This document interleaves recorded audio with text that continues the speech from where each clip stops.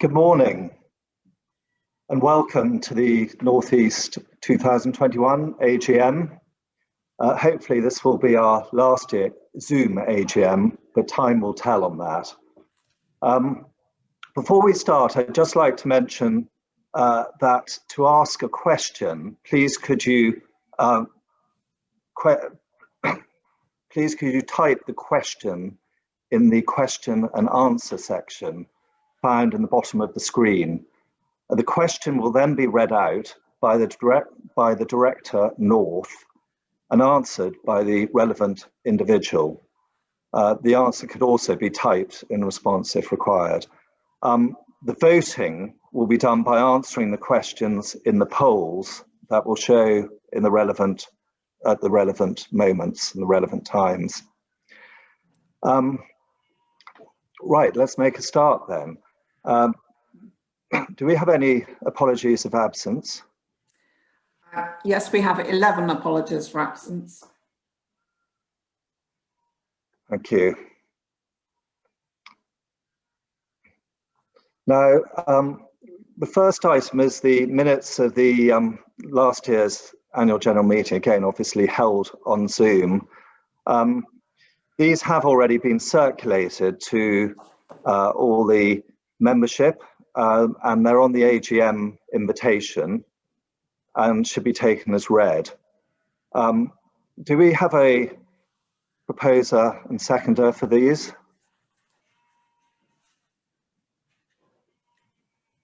Yes, we've got Alan Moore as proposer and the seconder is Jay Bosanquet. Could I ask for approval of the meeting for these minutes? And if so, I will then sign them. You should have the poll up on your screens now, so if you could just tick the relevant box. Thank you.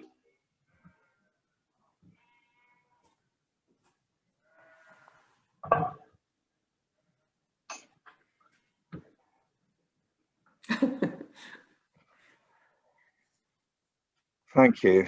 100% agreement there. I'll just sign the minutes then. Thank you very much.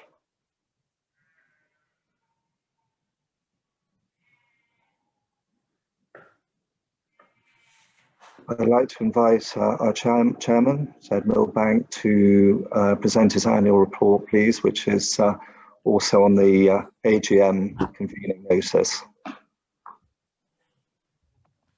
Thank you, President, and good morning to everybody. I hope you've had a chance to read my annual report, which is printed on the back of the convening notice. I'm happy to take any questions relating to this report after a few thank yous, which is my job today. Is to thank a few people for their hard work over the last 12 months or more. The first is Mark Scandal, our brilliant territory manager. He's yet again he's continued to be the most successful territory manager in the CLA and the whole of the CLA, which is fantastic. But to a certain extent, that success comes from us as the members.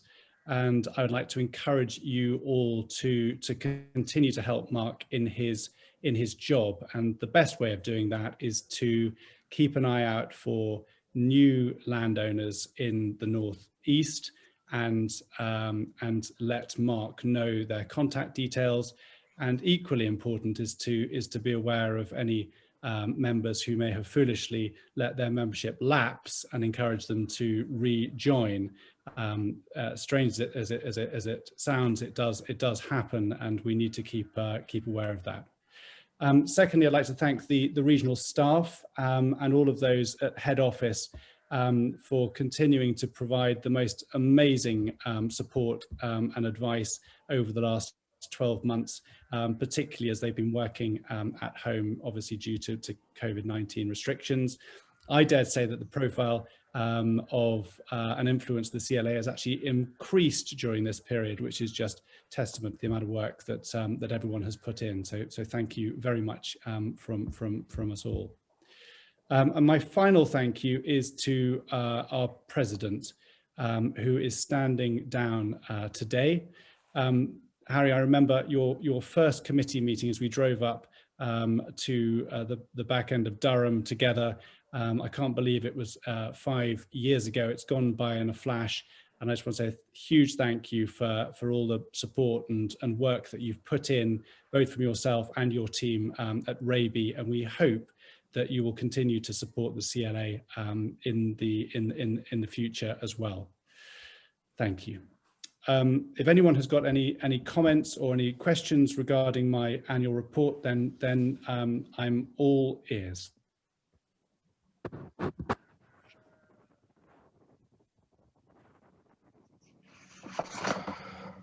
Thank you very much for that, Ed, and thank you for your kind words.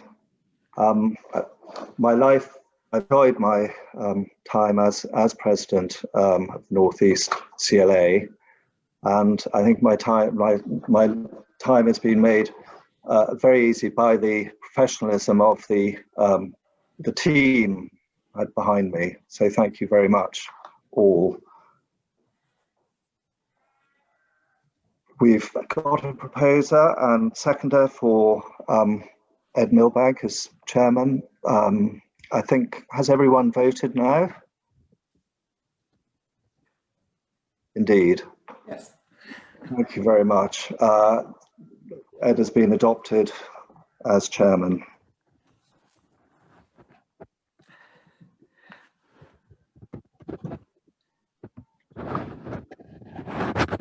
Can I ask, we move on now to the election of officers and committee meeting members of the ensuing year.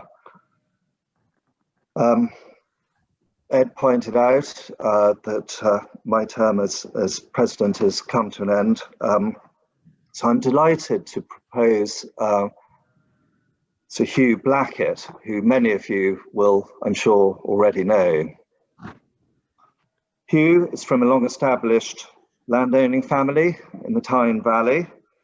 The Matfern estate comprises in-hand farming, sheep, arable, let farms, residential property, and I know he's been involved in converting buildings into offices and various biomass schemes.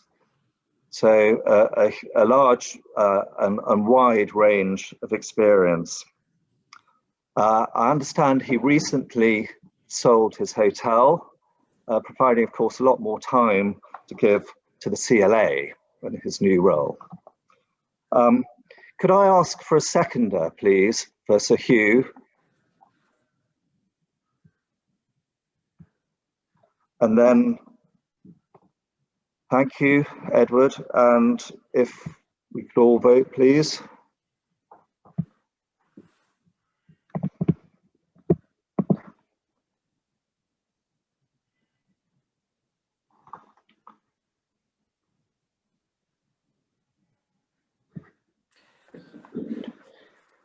Well, thank you. Hugh's duly elected and approved, and welcome, Hugh.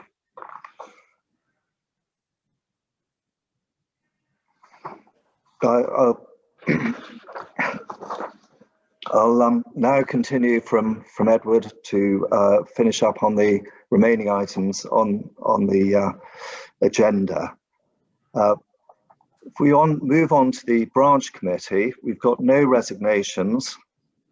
And in terms of retirement, apart from myself, Alistair Cochrane will be retiring under the 3-year rule.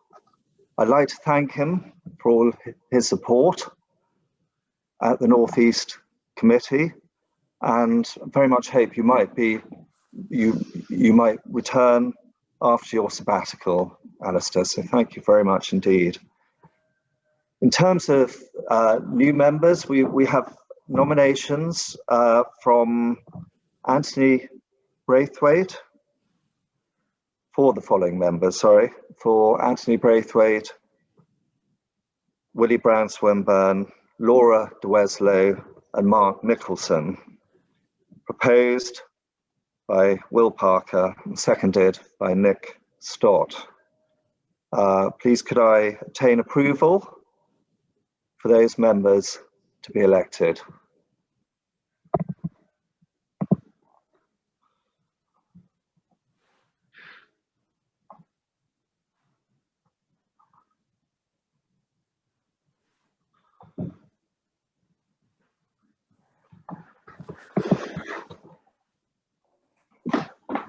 Thank you very much, all duly elected, and welcome to the branch committee.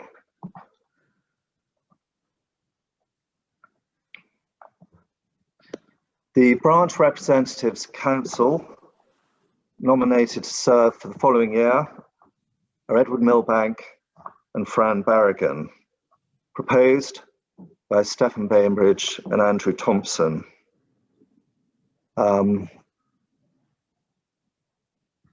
If you could vote on those, please.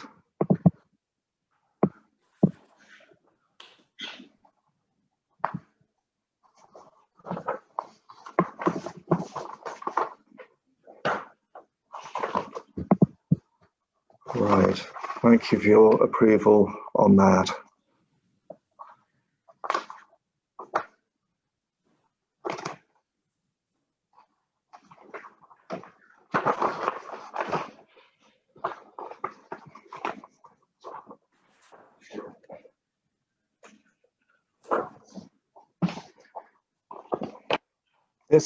We now come to the business of the any other business. There's none been particularly notified as yet. However, I do have one important final item. You'll be aware that Dorothy, as Director North, will be retiring shortly. Dorothy was appointed Director of the CLA Yorkshire back in 1998. Having worked in the CLA head office in the 70s, then Savills PLC in London and York, before looking after Wharfdale for the National Trust. She was awarded the MBE in the 2011 New Year's Honours List in recognition of her services to rural affairs. In 2012, she was appointed Director of CLA North and has been responsible for the provision of advice and lobbying on behalf of several thousand members in this region. On behalf of the committee and the membership of the North East branch, I'd like to thank you for your huge contribution, your calm and capable leadership, and for all the help that you've given all of us, and so many of us. We've been extremely fortunate to have you here. And I just really like to have the opportunity to wish you a very happy retirement indeed. I think we may have an opportunity to say farewell later in the summer, but in the meantime, Dorothy, on behalf of all of us, we wish you a very happy retirement. Thank you very much, President. It's all beginning to be a bit real. It was slightly academic, this business of retiring, but it's getting close. I'm really going to miss the CLA. It's been such a big part of my life, and the members are the most important and the most enjoyable bit of it. So thank you.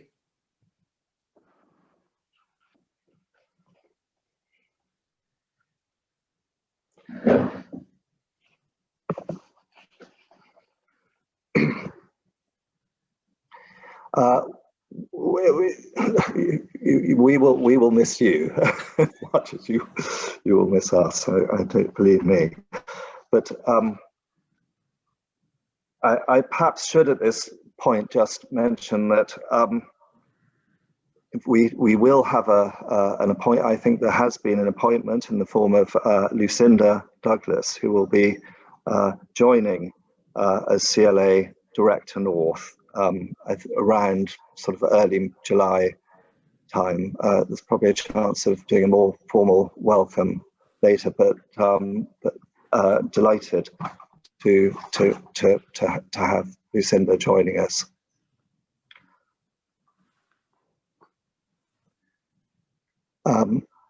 This ends the formal AGM business, and so it's my pleasure really to introduce CLA Deputy President Mark Tuffnell.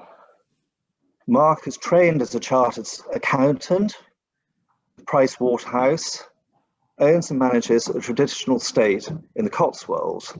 The farm is mainly arable, incorporating key conservation measures for wildlife and enhancing biodiversity. It's part of the Jordan's Farming Partnership and is a member of the Leaf Mark. In addition, there's a number of residential properties and commercial lets. Mark's been actively involved in the CLA for over 20 years, for branch and regional level, chairing the Business and Rural Economy Committee, Agriculture and Land Use Committee, and latterly the Taxation Committee. As well as being CLA Deputy President, Mark serves as the Chairman of the Board. He's due to be elected as CLA President at the CLA AGM in November. Very warm welcome, Mark. Just very quickly, sorry, just on the housekeeping, if any members would like to ask Mark a question, please type their question in the question and answer section found at the bottom of the screen. The question will be read out by the Director North and answered by the relevant individual. So a warm welcome yet again, Mark. Well, thank you very much indeed. And it's very bizarre doing this whole thing on screen. And I'm very sorry that I'm not with you in the North East. I'd love to be with you. We're lucky enough to have these various backdrops to our Zoom. So today I put up one with all the bluebells in the background. And we do have some bluebells on the farm. And I just thought it was a bit more interesting than looking at a blank wall behind me. I'll try and do my best speaking to the camera in the sky. So thank you very much indeed. And it was all extremely efficiently run as ever in CLA meetings. And I'd like very much to thank all of you on the committee for all that you do in the North East, particularly Ed Milbank, who has been very active down at Belgrave Square, representing your region in the work that he's been doing, both on policy and also in the Forestry and Woodland Committee. I'd like to thank all the staff in the Northern Office for all the work that they do, and it's been particularly difficult whilst we've all been on Zoom. And I think, as Ed has mentioned in his report, actually the CLA have done incredibly well to raise our profile in these times when we haven't been able to get out and travel about. And finally, I'd like to give my thanks to Dorothy for all that she's done. I wasn't involved when she started 23 years ago, but fortunately I have come across her on quite a few occasions, and I've enjoyed her company enormously, and she keeps us in good check. She provides very sound advice, and we will all miss her. I suspect she's going to end up doing a bit more lambing on her brother's farm, but maybe not.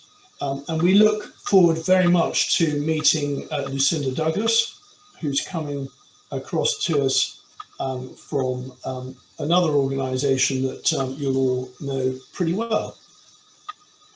Just before I say a few remarks about the work of the CLA and some of the key issues that we've been looking at, which I hope you might find of interest, I'd just like to remind you of some of the extra things that we do within the CLA that you may not be terribly aware of. You'll know we have the Northern Office, and you'll know that when you've got a query or a problem, you telephone Dorothy and telephone Dorothy's team, and they're always there to provide good, sound advice. Please don't forget, though, that You can also get your insurance through the CLA. CLA Insurance Services provides very good, cost-effective, highly competitive insurance, so please do consider it. Only 7% of members have their insurance with the CLA. And the market leader is obviously NFU. Licenses are very strong in your area, but do please consider the CLA insurance. And with my role as chairman of the board, I do meet Howden. Howden had bought RK Harrison, so Howden are our brokers. I do meet them and I meet their management team, and they are highly effective, so please consider them. They also went and bought the service that provide our healthcare. And so Punter, who were doing our healthcare, can also provide quotes to members. And I have a policy here on the farm where all our staff are involved, and they provide very good competitive rates. And I have health insurance through Bupa for my family. You can do your utilities through CLA Utilities. I suspect it's been rebranded by now. And more importantly, something that people forget, if you want to go and buy a Toyota pickup or a Mitsubishi or a Ford Ranger, just mention to the salesman that you are a member of the CLA and you're entitled to a discount. And all the details are there in Land and Business, which is our monthly magazine, which I hope you get and enjoy. If you don't get emails from us, if you do get them, you'll know, because you'll get bombarded with them at least once a week. And I hope you find them useful and interesting. If you're not on email, do please let the Northern Office know, and you could be signed up. Everything now is all on email, all online. And we encourage people to use the My CLA function to give us more information about your interests so that we can target our mailings towards you. So, for example, if there's something that comes out about horses, or there might be something about the tenanted sector, or there might be something about housing. If we're doing a piece on it and we know that's an area of interest to you, we can send it direct to you. So please do use it. And for those of you who are keen at looking at the internet and surfing web pages, our Director of External Affairs has very recently completely updated the CLA webpage.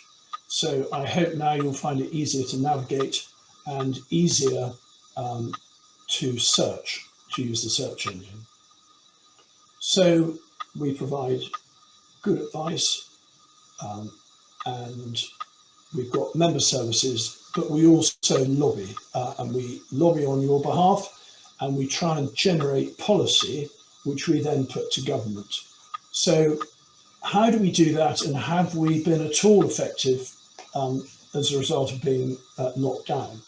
Because you might think, well, how on earth do we ever manage to meet any of the MPs and get any information to Parliament and into government? Well, surprisingly enough, the answer is we have actually been pretty effective. And Jonathan Roberts and the External Affairs team have been very good at managing to get direct contact with MPs and their staff. And it has been much easier than we expected. And MPs and peers have come to us for briefing in advance of major bills that have been going through Parliament. So when the Agriculture Act came through and was being considered, we had briefings for MPs and peers, and we'll be doing similar things when the Environment Bill comes to Westminster later this year. We have regular meetings with the other stakeholders in our space, and you won't be at all surprised to hear that we meet Woodland Trust, we meet the National Trust, we meet English Heritage, we have the Institutional Landowners Group, who we regularly meet, And so we feed into the Duchy of Cornwall, Duchy of Lancaster, the Crown Estate, to try and get a broader view of rural policy. The other area that I think we have been effective at is in getting evidence to Parliament, and we've done it through select committees. Now, there haven't been that many select committees that we've given evidence to over the last 12 months, but I suppose it's a bit like a London bus. Last week and the week before, we did two. Mark Bridgman did the Environment, Food and Rural Affairs Select Committee, giving evidence on the Environmental Land Management Scheme, alongside George Dunn from the Tenant Farmers Association and Tom Bradshaw from the National Farmers Union. And then I was asked to do one last week to the Housing and Community and Local Government Select Committee, all about permitted development rights. And they were hearing evidence to try and understand their views on permitted development rights. That's Class R, which would allow an agricultural building to be turned into an office, or Class Q, which would allow a house to be built without the need to go to full planning permission. It's something that only applies if you're outside a designated area, and the Select Committee was looking at whether it was a good idea in an urban setting, and most of the evidence they received, particularly from Reading Council, was that it was a bad idea. And I was there on your behalf suggesting that in the rural areas, in fact, it was the opposite, and that Class Q and permitted development rights helped try to develop a strong rural economy to help farmers and landowners develop businesses and continue to develop their business, particularly when they're trying to diversify away from agriculture, particularly as we see farming incomes fall. So I felt it was important to put that point of view, and I think I got a reasonably sympathetic hearing from the MPs on that committee. We've also set up an all-party parliamentary group on which we provide the secretariat, and that's something that Jonathan Roberts and his team have organised. We have Julian Sturdy as the lead MP, who chairs it, and then Lord Cameron, who used to be president of the CLA, is representing us in the Lords. And we're looking at how we think the rural economy can be boosted. And it's part of our Rural Powerhouse campaign, which is something that we've been pushing for the last, I suppose, 18 months. And with all these campaigns, you just have to keep on pushing and pushing and pushing and reiterating and reiterating and reiterating. And apparently you need to say something 7 times before people realise that you're saying it. People doing canvassing and political pundits reckon it's a factor of 7. That's why you get so much literature through the door at the time of an election. There are 5 elements to that Rural Powerhouse campaign, one of which is planning. The planning paper has gone from a white paper into a bill that's going to be introduced as a result of this Queen's speech. It's an area we're looking at. We think that the planning powers at the moment inhibit growth within the economy, rural economy. That's one area we're looking at. We think there should be more skills brought to the rural sector. We think there should be better connectivity. And I think you'll know of the mismatch between the telephone signal you get in the rural areas to the telephone signal that you'll get in an urban setting.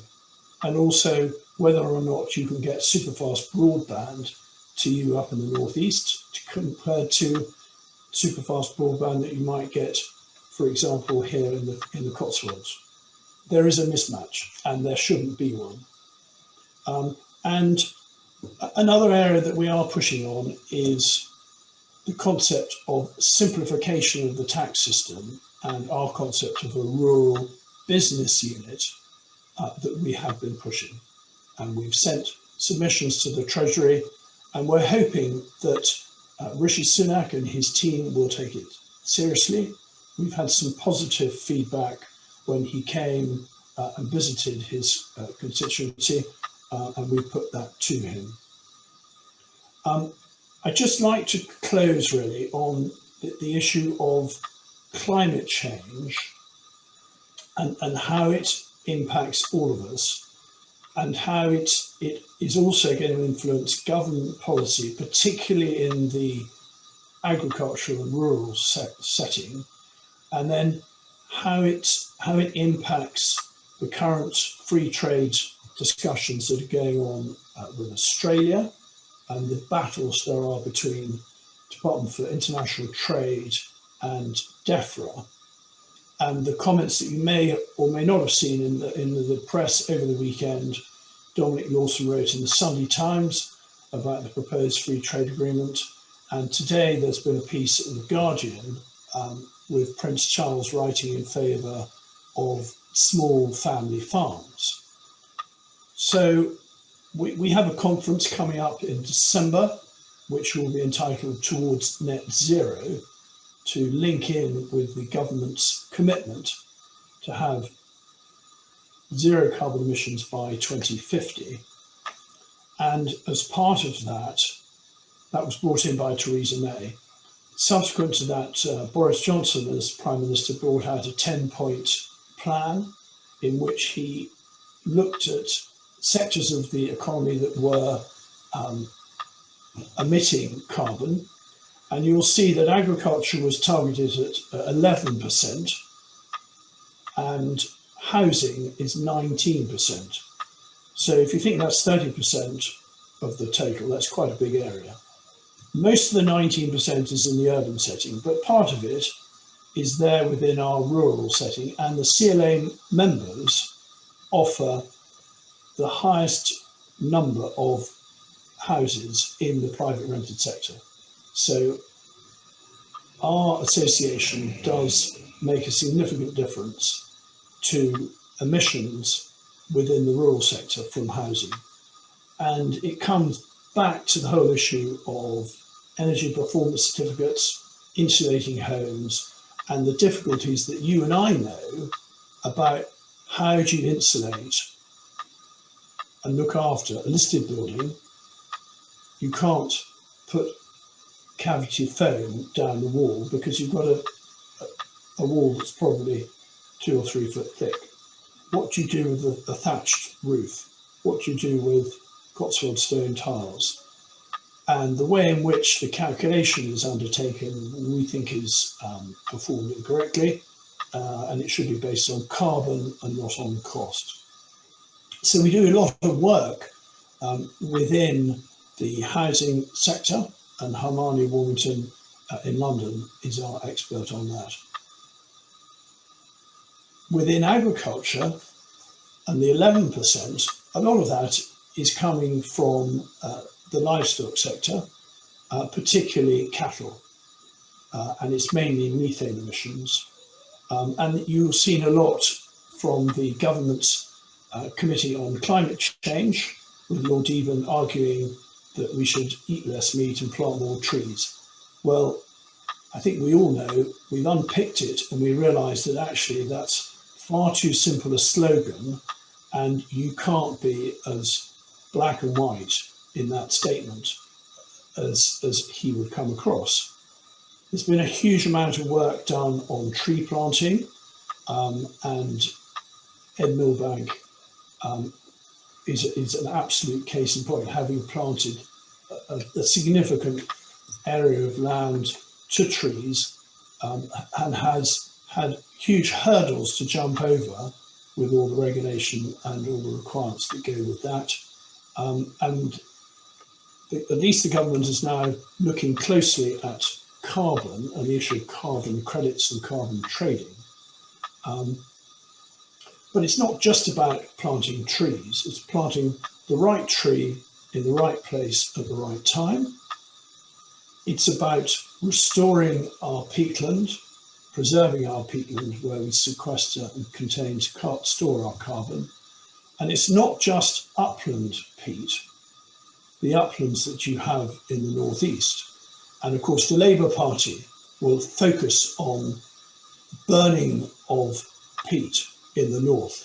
And they'll say it's all to do with grouse shooting. Well, it's about better management of heathland and peatland and the way in which we're trying to prevent rogue fires and also manage our land effectively. But it's also about lowland peat, and the loss of carbon from lowland peat is much more significant than it is in the uplands. And we also have to manage our soils better, which is part of the ELM programme. The government has spent a lot of time looking at the sustainable farming incentive. And within that, there'll be a soil management programme. The other two areas they have within ELM, they have a local nature recovery programme, which I suspect will be quite similar to the higher level agri-environment schemes that we see. And then you have a landscape recovery programme. At the moment, they're proposing to put 10 pilots into it to look at much bigger areas. Now, we would very much like to see clusters being used, clusters of farms to cover wide areas. And I don't think it's just about people, as the media do, focus solely on rewilding. And it's a very popular message and it sells books and people get very interested and excited about it. But it's for a small number of people in a small part of the economy. We need to look at wider issues, I think, and we also need to look at providing food alongside doing all the programs that the government have got within it. And I just leave you with this thought about the free trade agreement. We need to maintain our standards. We need to make sure if we're going to import product from other countries, if we have strong animal welfare standards in this country, which we're bringing in through the Animal Sentience Bill and the Animal Welfare Action Plan, doing all the things that you and I would expect, we shouldn't be then importing product that wouldn't meet those standards. So we have a meeting with the Department of International Trade later this week to ask about those standards and to find what's really behind their negotiations.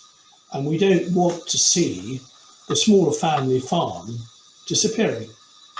There are some pretty startling figures. 110,000 smaller family farms have been lost since 1990 in the UK.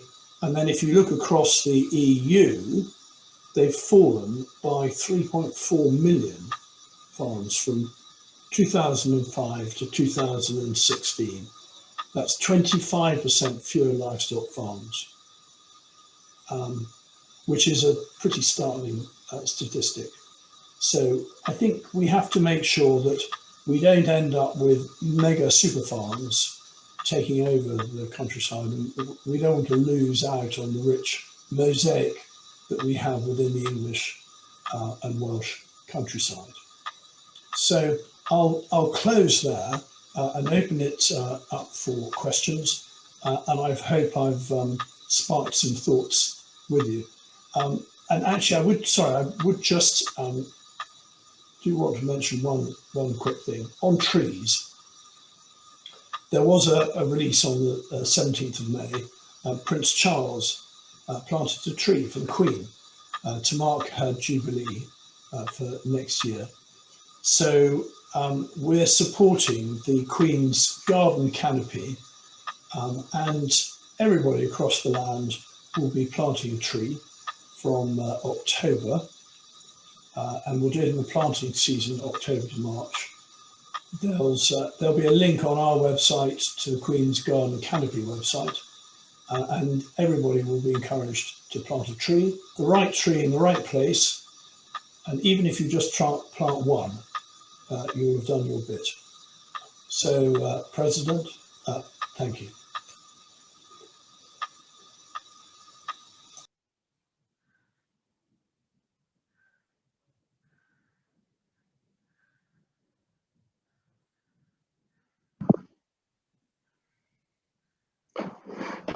Thank you.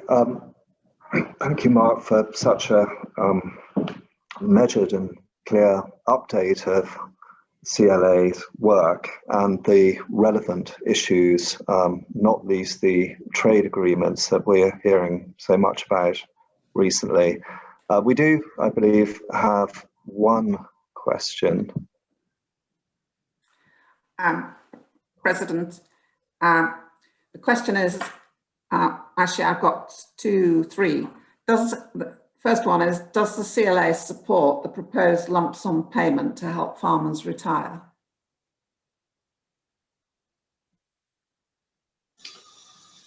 Well, that's a good question. I suppose the initial thought was, we thought it was a good idea, and then we thought that actually nobody would probably take it up, and the government wouldn't do it. And then what would the general public say? So we were going to be interested in the reaction to it.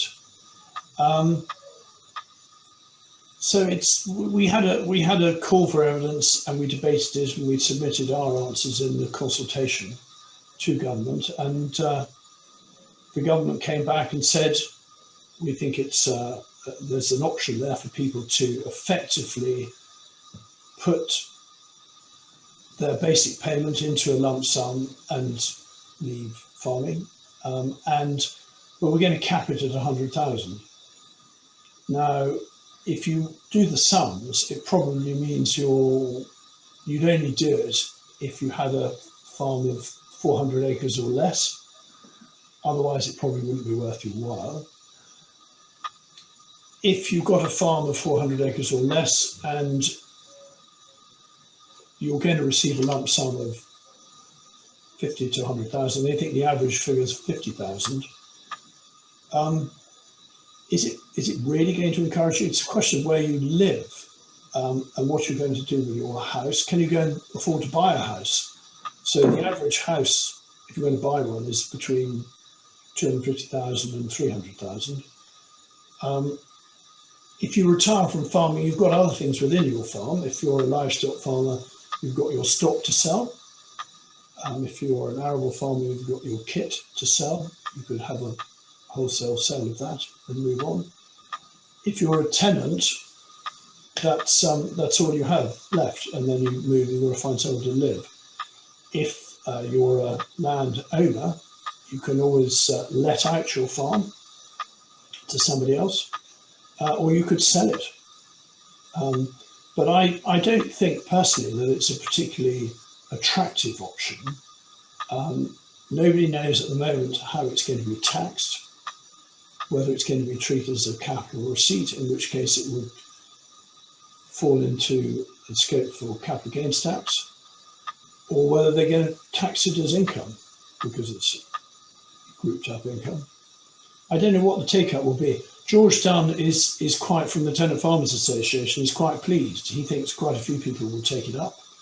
And I suppose there are probably quite a few people in the AHA sector who would find it quite attractive. And from our members' point of view, that would free it up so that they could have a new entrant coming in, and they could either then offer an FBT or a contract farming arrangement. And so their return as landlord from the land would be better. So from our members' point of view who own the land, we probably would be in a better situation. Good. A second question. We hear a lot about species reintroductions. Here in Northumberland, there is a new proposal to introduce lynx into Kielder Forest. Does the CLA have a view?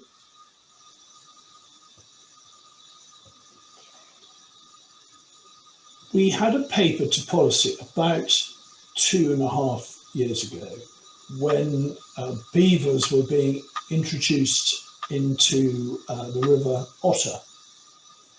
And there was a discussion really with that we had, and then we debated it further with Lord Clinton, who owns the estate, and the Wildlife Trust were keen to do it.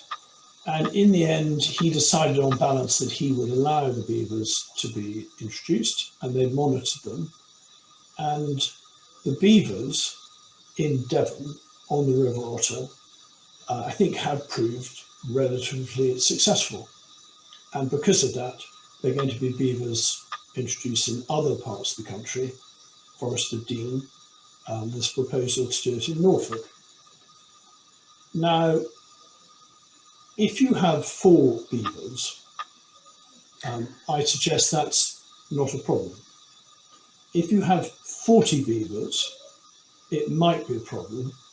If you have 400 beavers, you get the sort of damage that you can see in parts of Scotland and parts of Canada to the trees. So if these trees behind me were next to a river and there were lots of beavers, I suspect that they wouldn't last very long. So it's proportionate. So I think a small number in a large area is probably not a problem. If you take the lynx in the Kielder forest, I suspect a small number of lynx would probably not be a problem. If you have lots of lynx, then I suggest it probably is a problem. And nobody has managed to answer the question that I have asked, and Mark Bridgman has asked of Tony Juniper, who chairs Natural England. What happens when the species that's been reintroduced begins to cause either damage or biodiversity loss? And can you then control them by catching them and transporting them somewhere else? Or are you able to control them by culling? Now, the difficulty you have with a beaver, I think if you went and culled a beaver, you would be all over the Daily Mail. If you went and shot a lynx, I don't know what the reaction would be. If you introduce a white-tailed sea eagle into the Isle of Wight, we had half our members saying it was a good thing because it was going to promote tourism, and half our members saying it was a bad thing because it was going to eat their lambs and their piglets. And we have a similar issue in Norfolk, where a license has been granted for the introduction of sea eagles, so that there could be 60 sea eagles in 10 years' time on the north coast of Norfolk. So the National Sheep Association, National Pig Association, and National Farmers Union have suggested that that's too many. So it's an area that we need to debate again at policy, and we're going to debate it on Thursday, and we'll then be talking further to Natural England. And I know that our President, Mark Bridgman, has a meeting with the head of licensing from Natural England to try to understand what basis and what evidence they take when they grant a license. So it's something that's very, very topical, and we're trying to keep abreast of. So we've had a follow-up question on the lump sum payments that's a little bit technical, and so Willis Alvin will deal with that offline. I'll discuss it with our rural practice surveyor and get back to you on that. It was to do with whether lump sum payments could still work for a tenant under a notice to quit. Another question, they're starting coming in rather quickly now. Another question on the Lost Ways project and how the CLA is helping members cope with the claim for lost ways that the Ramblers and British Horse Society are introducing. So I think this goes back, if I'm right, and Dorothy, correct me if I've got this wrong, because Sophie Dwerrihouse is our access expert. But I think this goes back to the fact that after the war in 1949, we had a map of rights of way, and people are now being given a chance to come forward with additional rights of way that they think were, in inverted commas, lost. And I think we have up until 2030, I think I have in the back of my mind, for people to come forward. And I mean, access is it's a very difficult issue for our members, and it's difficult to get it right, because with ordinary access that's there, that we know that isn't lost, it's about trying to educate the people who use it through the countryside code, trying to get them to understand that there are kind of rules that you need to abide by. And we've been trying to get Gavin Williamson to put the countryside code into the national curriculum, but unfortunately he won't. So we've been then encouraging our members to put QR codes on posts, so you could zap it on your phone and it would flash up and say, welcome to the Angmering estate, and you are here, and these are the routes, here are the bridleways, etc. And here's a permissive route that we as an estate are allowing you to use. Please stick to them, and please keep your dog under control, and please keep your dog on a lead when there's livestock present. And you then have to have little, in brackets, if you end up going across the field with cows and calves and they come towards you and they look aggressive, let your dog go and leave quietly, to avoid all the issues of people being trampled by cattle that have hit just before Christmas, particularly in the north. So I think that the Lost Ways project is something that Sophie is keeping a close eye on. And I think if members of the public come forward and they've got a right to that route, I think that right's going to have to be, accepted. And we have to do it in a way that welcomes people to the countryside where they are welcome, make them understand their duties within the countryside, and then use it as an opportunity to take some money off them. So you might provide a car park, you might provide them with a cup of coffee that they could pay for, and you might persuade them to go to a shop to buy something from your farm. And the last question, I think we've just got time for this. Does the CLA anticipate an increase in taxation on landowners to pay for the COVID expenditure? I think there will be an increase in taxation. I don't think it will necessarily be targeted at landowners. And I think your questioner may well be thinking about the wealth tax, because there was a commission that came forward and put a proposal to the Treasury. I think the complications behind a wealth tax is that it would bring in everybody's house and everybody's pension. And I think when you bring in everybody, when I mean everybody, then everybody gets taxed. Okay, those with more properties and more land would be taxed more, but because you would then be taxing those people at the bottom end, I think it becomes very politically dangerous, which is why I think that the Chancellor has focused on increasing corporation tax, because I think that corporation tax had fallen to rates that were too low in any case. And you have to remember that the government, this is part of our rural business unit message, the government thinks that all businesses are run by corporations and everybody is an employee. Whereas we know that within the countryside, 80% of businesses are run by partnerships or sole traders. So they're not run by corporates. We've looked at whether or not the government's going to take away agricultural property relief and business property relief, and whether they're going to do anything with capital gains tax and rollover.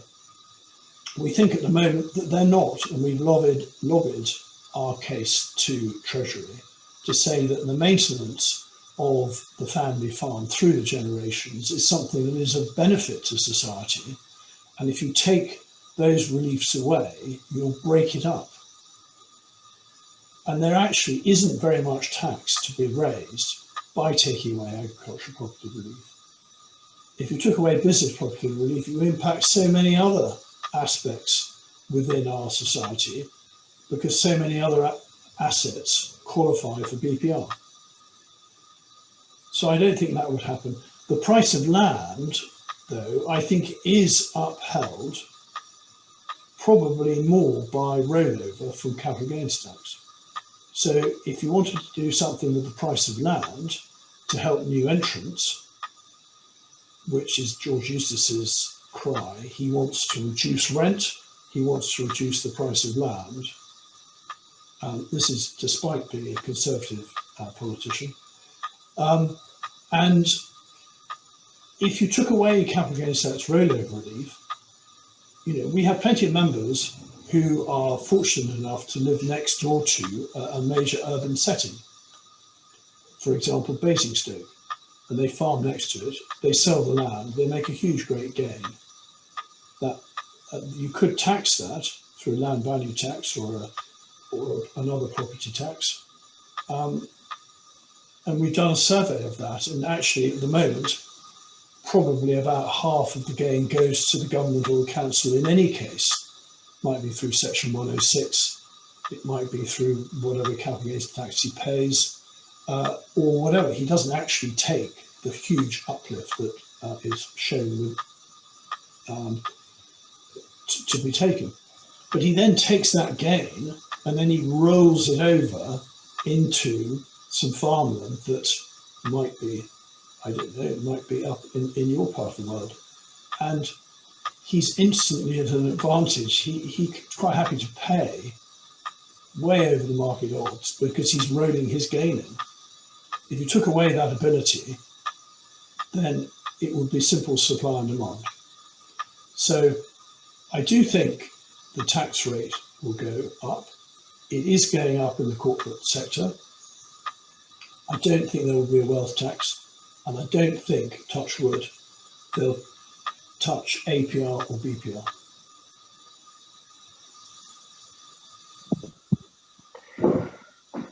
That was all my questions. Yes, thank you very much indeed, Mark. I'm sure we could go on for a long time on. There's all sorts of issues and questions, but unfortunately, time is running out. I'd just like to thank you on behalf of the CLA North East for coming, albeit virtually, to us and for answering a number of questions that I think we've all got concerns about. You're entering a period, I think, of enormous change, particularly in the rural sector. Some could argue there's already been quite a lot of change. So it's exciting but challenging, and we wish you very well with that. Finally, I'd just like to thank all the members for attending and taking part today, and also Dorothy again for the wonderful job, and I know everyone here will agree on that. You've been a huge support to us all over a number of years, so thank you once again, Dorothy, and we hope very much to see that you won't disappear totally off the scene. I'm sure you won't. Goodbye from me. Thank you.